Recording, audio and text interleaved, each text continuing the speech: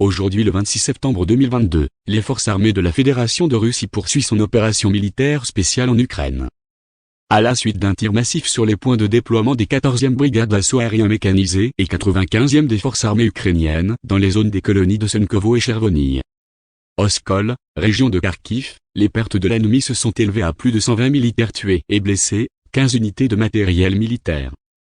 Avec de frappes de haute précision des forces aérospatiales russes au point de déploiement temporaire de la Légion étrangère, et des unités de formation nationaliste dans la zone de la colonie de Sviatogorsk de la République populaire de Donetsk, jusqu'à 100 militants ont été éliminés. Une attaque au missile contre le poste de commandement avancé de la 10e brigade d'assaut de montagne des forces armées ukrainiennes dans la zone de la colonie de Chazoviar de la République populaire de Donetsk lors de la réunion du commandement de la brigade a détruit jusqu'à 25 des militaires ukrainiens et plus de 40 ont été blessés. 8 unités d'équipement militaire spécial ont été mises hors de combat.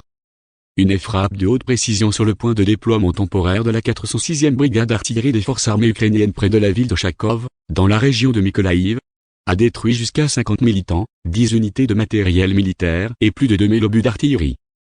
Des frappes de l'aviation opérationnelle et tactique et de l'armée, des forces de missiles et de l'artillerie ont touché 5 postes de commandement des forces armées ukrainiennes dans les zones des colonies de Kupiansk, de la région de Kharkiv, de Chirovo,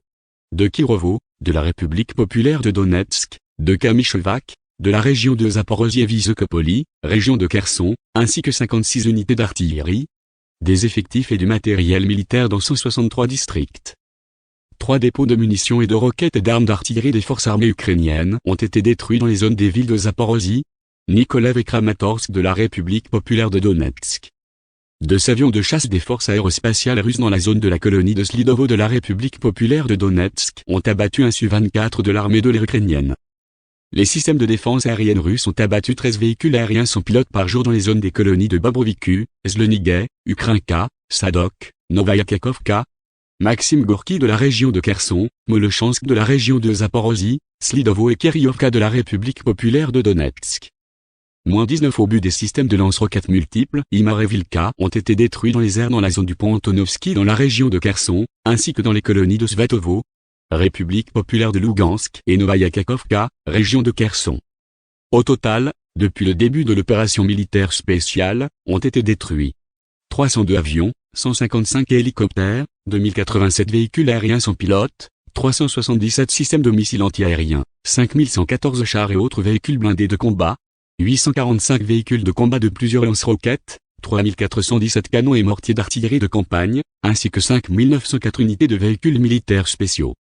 Le régime de Kiev poursuit ses provocations dans la zone de la centrale nucléaire de Zaporozhye. L'artillerie des forces armées ukrainiennes bombardait le village de Vakosvolna, situé à proximité de la centrale nucléaire. Au total, 25 obus ont été tirés depuis des zones contrôlées par le régime de Kiev dans les colonies de Nikopol et de Margan et dans la région de Dnipropetrovsk. La puissance de feu de l'ennemi a été supprimée par le feu de retour de l'artillerie russe. La situation radiologique à la centrale nucléaire de Zaporozhye est normale.